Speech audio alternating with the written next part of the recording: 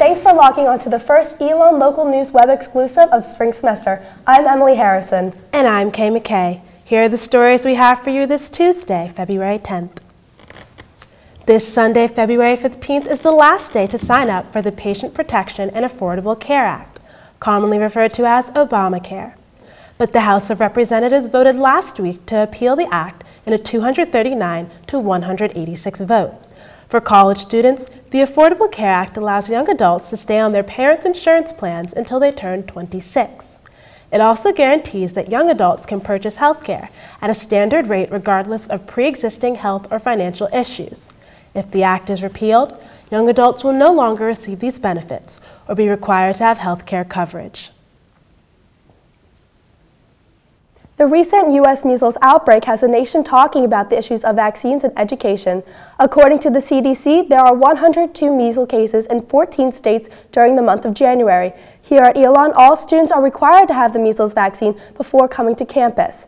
Though the measles outbreak has yet to reach North Carolina, University physician Jeanette Archnell says students need to be aware of the spread of the disease. These diseases exist, and it is bizarre that people think that they can live in a bubble and not be exposed. Dr. Archnell believes the chances of Elon undergoing a measles outbreak are slim to none. On a story we've been following since the summer, Elon Jr. Devin Bartolf is taking large steps on the path to recovery after a serious car accident in July left her in a coma for several weeks. According to her CaringBridge website, Bartolf was removed from isolation mid-January. She is now communicating with family and friends verbally and through notes. In a post on Bartolf's CaringBridge page from late January, her sister Megan wrote, "The doctor said we will be shocked in 1 year at how much more she improves and feels she will be close to 100% mentally." Elon will keep up with Bartolf's recovery throughout the semester. The Inman's Admissions Welcome Center began hosting their first tours on Friday. Admissions staff tell ELN they believe the building will significantly improve Elon's recruiting process because they can now accommodate the growing numbers of tour requests. The greatest change, honestly, is our capacity and our ability to welcome more families than we've ever been able to do. March and April are our busiest seasons for prospective students to visit campus, and our old space didn't really allow us to accommodate all of the requests that we had for tours. Tours of Elon will now start and end in the admissions building, which houses admissions staff, financial aid, and campus visitation offices.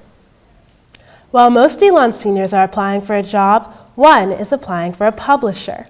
Senior Brianna Duff is finishing her first novel, I Travel Light.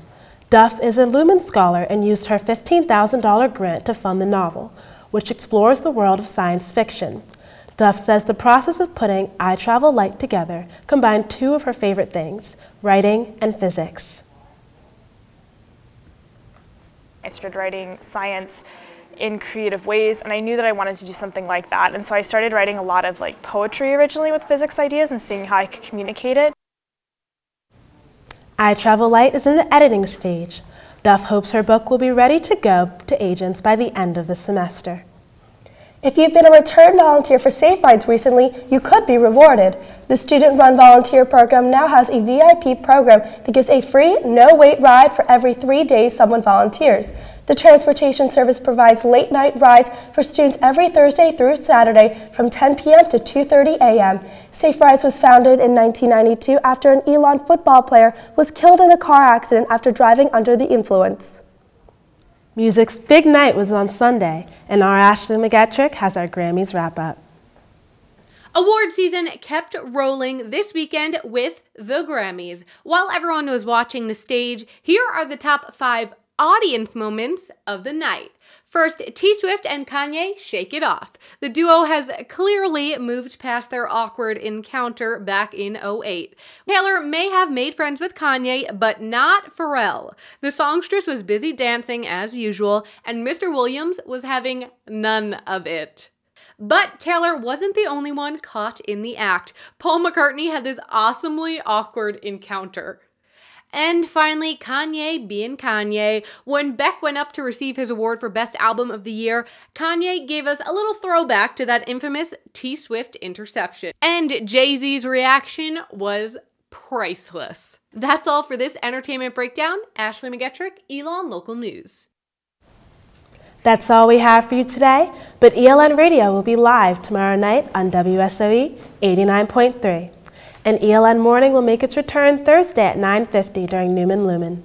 In the meantime, be sure to like us on Facebook and follow us on Twitter. Have a great week, Elon.